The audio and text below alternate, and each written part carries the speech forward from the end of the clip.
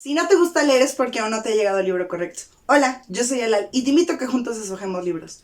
¿Cómo están, chicos? Sé que ahora vemos más un poquito el escenario de mi librero. Todavía estábamos en remodelaciones, así como la luz. Sé que esta no es la luz como más adecuada, pero es lo que se tiene. Y se trabaja con lo que se tiene. El día de hoy les quiero hablar sobre un cúmulo de novelas históricas. ¿Qué es una novela histórica? Básicamente es una novela que está situada en un contexto específico o en un tiempo específico de la historia. Sé que suena redundante, pero habla mucho más que solo eso. Pueden ser autobiografías, pueden ser biografías, pueden ser historias que estén basadas en hechos reales, pero no necesariamente tienen que encuadrar con personajes de la vida real. O sea, por ejemplo, son historias que si están situadas en una época específica de la historia, por ejemplo, la Segunda Guerra Mundial, no necesariamente el protagonista tiene que ser Hitler o tiene que decir exactamente lo que algunos de los personajes históricos hicieron, sino solamente a lo mejor mencionarlos o mencionar el ambiente para darnos cuenta de qué historias o de en qué ambientación estamos. Dicho sea de paso, hay algo que debo decir sobre las novelas históricas. Yo las disfruto mucho, se me hacen una forma muy rica de poder acercarnos a la ambientación de un momento importante, ya sea de tu país o de la historia universal. Pero algo que se debe aclarar es que muchas veces, debido a que están situadas en un momento histórico específico, su lenguaje tiende a ser muy pesado, muy cansado. Entonces, estas novelas históricas que voy a mencionar no son para lectores nuevos. Por favor, si eres un lector nuevo, este no es tu momento todavía para poder disfrutar de estas obras. Se tiene que pasar cierto tiempo, se tiene que pasar ciertas lecturas para poder decir, ¿sabes qué? Sí, algunas sí son más acercados a que lo podemos llegar a consumir, pero otras definitivamente, si no tienes práctica, no te acerques a estas novelas. ¿De acuerdo? Voy a ir clasificando cada una de un poquito de su reseña y también si es fácil de leer. Ok, empezaré con Noticias del Imperio de Fernando del Paso. Esta novela es un tochote enorme que su lenguaje es muy pesado. Sí se disfruta después de que tienes ya callito leyendo, pero si no tienes callito, definitivamente no. Es alrededor de 1000 y pico de páginas, porque aparte vienen ediciones como chiquitas y se ven muy grandotes y la letra es muy pequeña, entonces llega a cansar la vista. Aunque la historia sea muy interesante, se desarrolla después de que México busca la independencia y termina siendo el imperio de Maximiliano y Carlota, que tenían estas ideas liberales, pero México todavía no estaba preparado para las ideas que ellos traían, y aparte ellos les habían vendido la idea de que no, hombre, es que los esperan en México y está padrísimo, pero pues la verdad es que no. Y todo nos lo cuenta desde los ojos de Carlota, que termina volviéndose loca. La verdad es que se termina volviendo loca, ella misma lo dice de esa manera, porque romantiza mucho la relación con Maximiliano y aparte romantiza mucho el desprecio que México le tuvo, al grado que se tuvo que regresar a su tierra natal y terminar en un sanatorio con una cajita en la que guarda un recuerdito de Maximiliano. También nos cuenta algunas otras partes de esa misma época, pero son más hacia cómo trataron soldados mexicanos a los soldados franceses y viceversa. Es muy cruda, es muy cruel, pero está muy bien ambientada. Fernando del Paso nos sitúa perfectamente en ese lugar, y aunque es muy pesada, cuando la terminas de leer es como ¡wow! O sea, ¿qué acabo de leer? Te teletransporta definitivamente a los 1800 en México y puedes ver cada una de las etapas de cómo se fue desarrollando el imperio de Maximiliano hasta su acabose y cómo es que terminó tan trágico. La mala hora de Gabriel García Márquez, que está situada en 1962, es una novela histórica más que nada por el tiempo en el que se desarrolla. Es un pueblito chiquitito en el que la hora en la que suceden los eventos es muy importante, porque va marcando de a poquito cómo es que el pueblo tiene esta sinergia y que cada quien cree lo que quiere creer según los prejuicios que tienen acerca de las personas. Y también cómo se va desarrollando el lenguaje. Es sencillo, a pesar de que, digamos, bueno, pues eso fue hace 60 años, pero sí se nota mucho que está situado en ese momento. Recordamos que los 60s acaba de pasar hace poquito la Segunda Guerra Mundial, entonces sí, como que la parte de Latinoamérica sí medio estaba enterada, pero como que no estaba enterada y estaban en un momento bastante complicado en el que no sabían si aventarse al ruedo para muchas cosas o quedarse quietecitos. Entonces nos marca mucho cómo es la sinergia del pueblo y quién es culpable de algunas cosas que suceden en este pueblo y quién realmente lo era. Y todo porque todo se entiende mal por los rumores que están pasando dentro del pueblo. Si alguien vive en un lugar chiquito, se dará cuenta que eso es algo súper común, que los rumores corren rapidísimo y que las cosas que van sucediendo dentro de la novela es muy chiquita, se dan de una forma muy natural. La trilogía de La mujer dormida debe de dar a luz.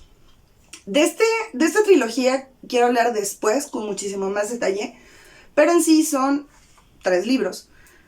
La mujer dormida debe dar a luz, Tlacaelel y Regina. La mujer dormida debe dar a luz está situado a mediados del siglo XX.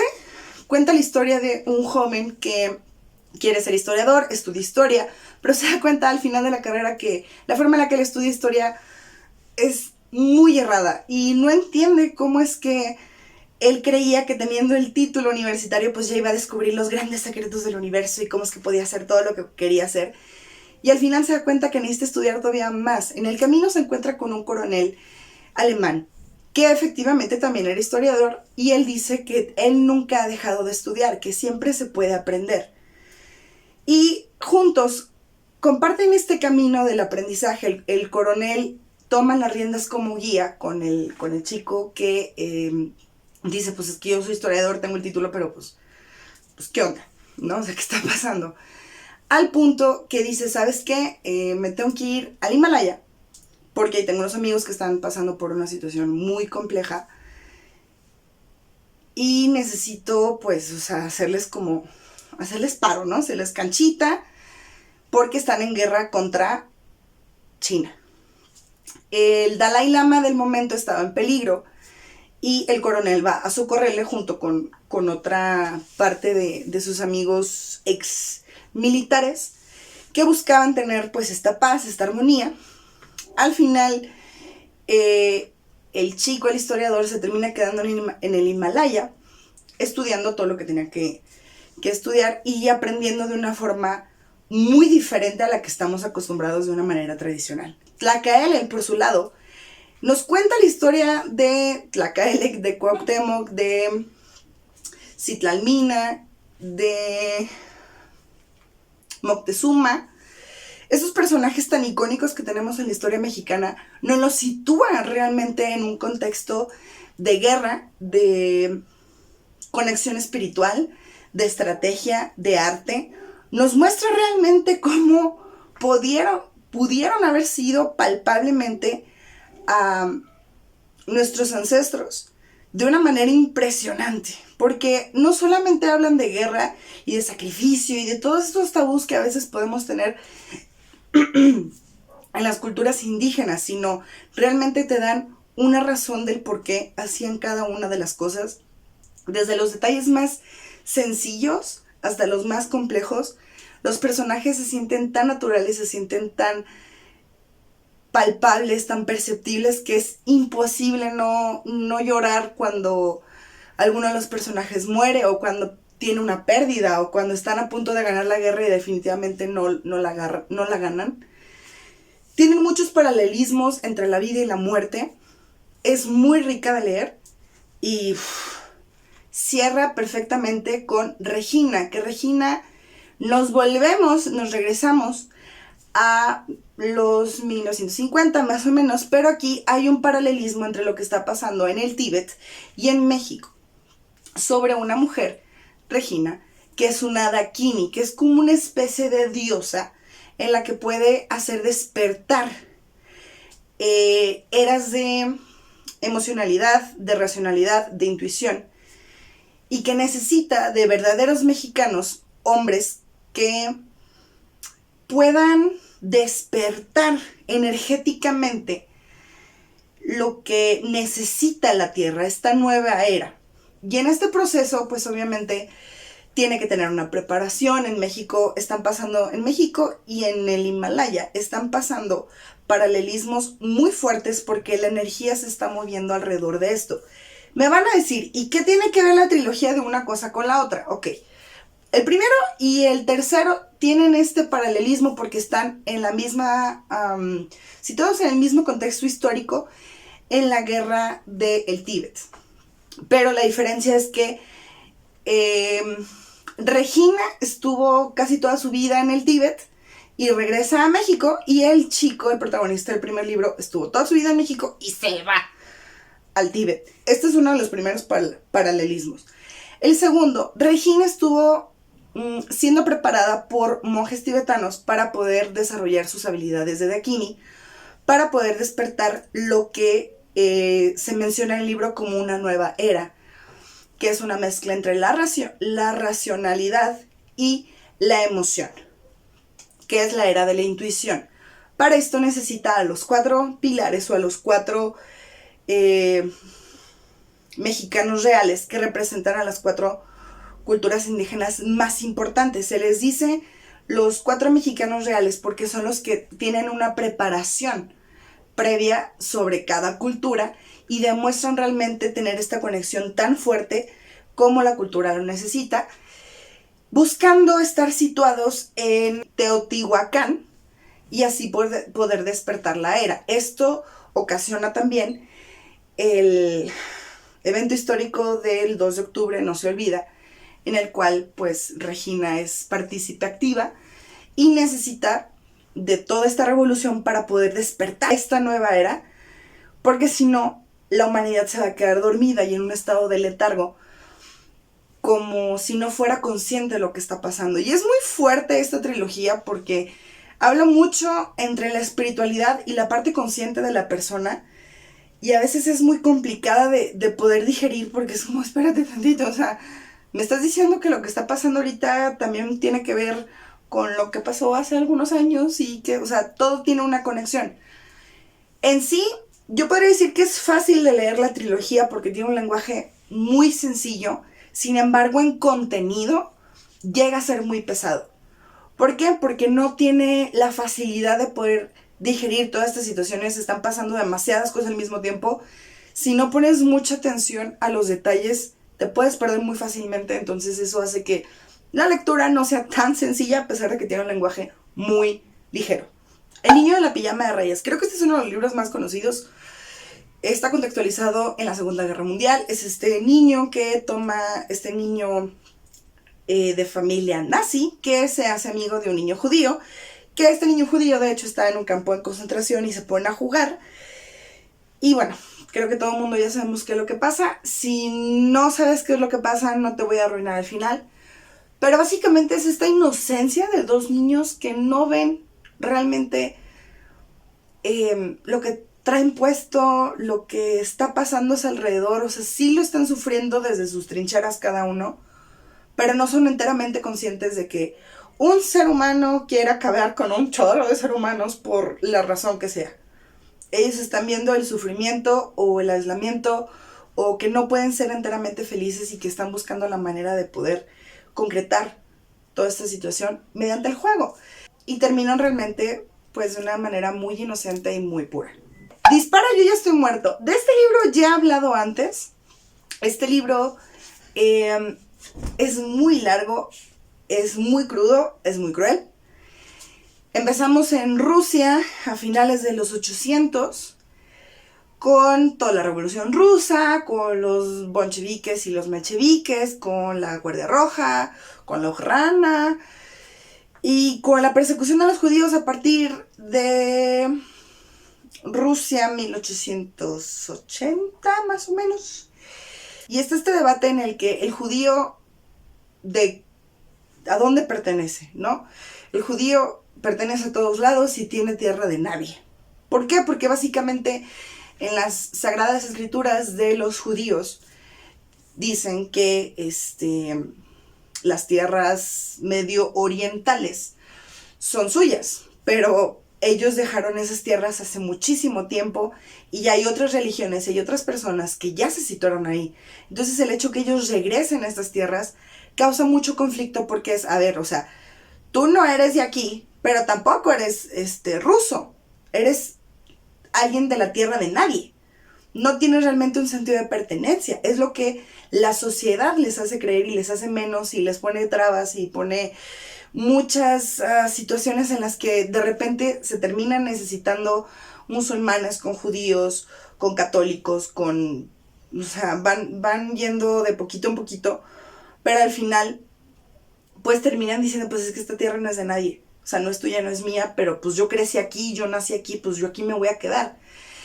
Y narra la historia de varias familias, de 2 familias en específico, en las que se encuentran, tienen un sentido de unión, viven en un sistema socialista muy bonito porque dicen, ok, yo te compro tu tierra, me enseñas a trabajarla y vamos haciendo que esto funcione de poquito en poquito. Es muy larga la historia, es muy bonita, es muy fuerte, pero tienes este conflicto de que pues entonces al final a quién le pertenece la tierra a la que le trabajaron los dos, o a quién se la compró, o porque nació aquí, o porque es lo que dice su religión. Es un debate muy fuerte, muy bonito. Sí podré decir que se puede leer en cualquier momento, pero sí llega a asustar bastante porque es muy choncho. Y sí impone bastante porque ay, son un chorro de páginas, espérame tantito. Pero de ahí en fuera, la historia se va haciendo muy digerible, o sea, no sientes las páginas, porque en cuanto termina de pasar un conflicto, es como, ok, ya vamos a estar bien las siguientes páginas, empieza a pasar otra cosa, entonces es muy complicado de poder saber cómo llevar sin tener el problema de poder entender qué es lo que está pasando en cada uno de los bandos y ser empático. Ahora, el complot mongol. El complot mongol básicamente está situado en 1962. Cuenta la historia de un detective que tiene métodos poco ortodoxos para poder resolver sus casos. En este caso en el que se está desarrollando el complot mongol, se termina metiendo con una mafia asiática en la que pues él se termina enamorando de uno de los miembros más importantes de esta mafia y trata de hacer todo lo posible para atar todos los cabos sueltos que tiene la historia, porque cuando él se enfrenta con eso es como que es que se desapareció la chica china y es como, ok, ¿China? ¿Are you sure? Sí, no sé qué, y le empiezan a dar puras pistas falsas y él se da cuenta que este problema va más allá que un caso de una desaparición simple, sino que se empieza a coludir México con Asia y que él está resolviendo este caso porque se podría dar cuenta que al momento que lo resuelva, México estaría metido en un momento muy turbio de la historia y que estaría haciendo un tráfico de personas importante. Más que nada, lo que está situado como novela histórica o como novela negra es la forma en la que están detallados o el ambiente y cómo es que se va desarrollando la historia, porque sí se siente en un ambiente muy 1900 mediados, o sea, muy frío, muy en no te digo nada, pero tampoco y quiero saber todo. Luego tenemos nuevamente a Gabriel García Márquez en Del amor y otros demonios. Esta novela es una joya.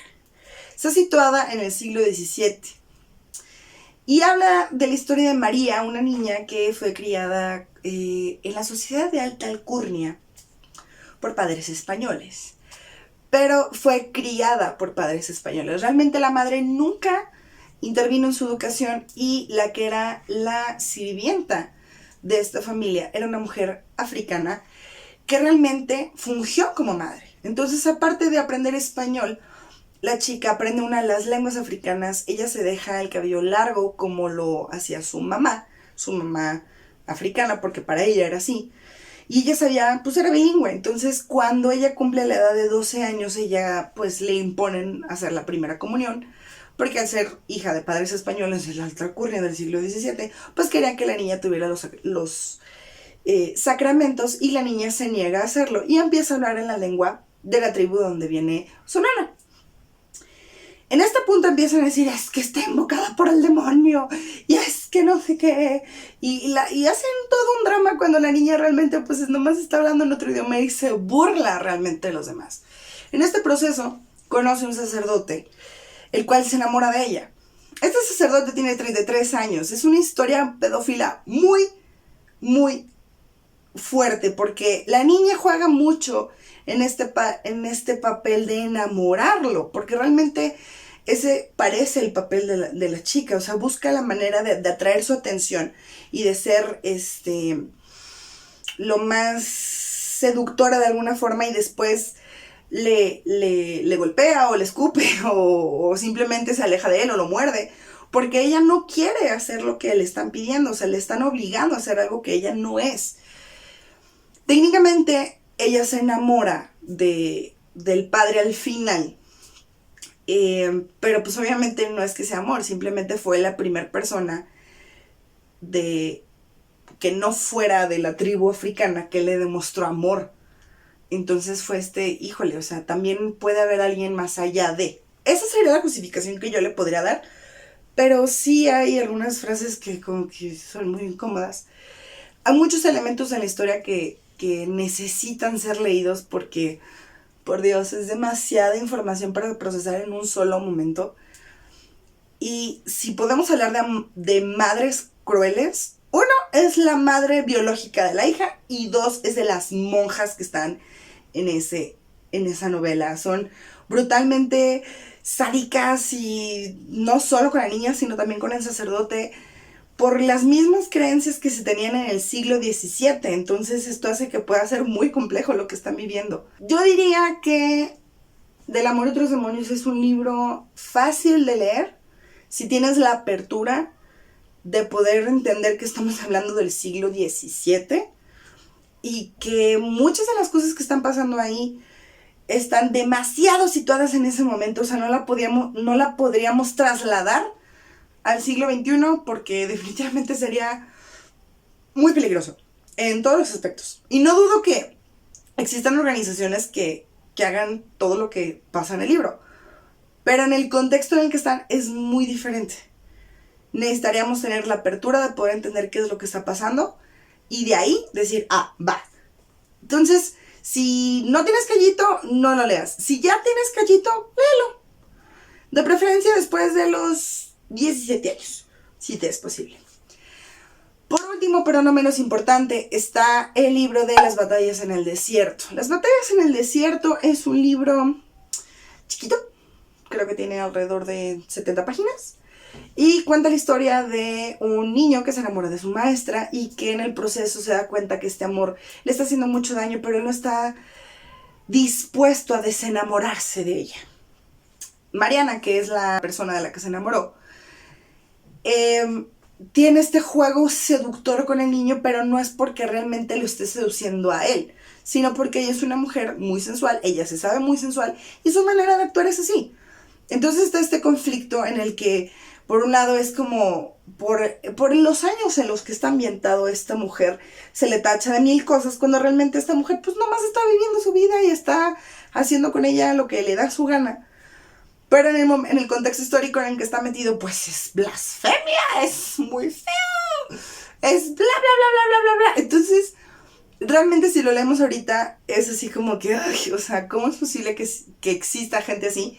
Pero volvamos a lo de la parte del contexto histórico. Está situado en los 60s, casi 70s. Entonces el hecho que haya una mujer que demuestre realmente como este sentido de femme fatale, hace que haya este miedo de que esta mujer casquivana, no, o sea, simplemente pues es una mujer que disfruta de su sexualidad y sabe cómo manejarla. That's it. Hablo mucho de los 60s porque son de las novelas históricas que más se dan en México. Obviamente yo hablé más de las novelas históricas de México porque es mi país. Si tienes alguna novela histórica de tu país que quisieras que revisáramos aquí, por favor déjame en la cajita de los comentarios. A mí me encantaría saber de más novelas históricas. Es uno de mis géneros favoritos. Y por mi parte es todo. Espero que me sigas acompañando a deshojar libros. Yo soy Elal. Te veo pronto.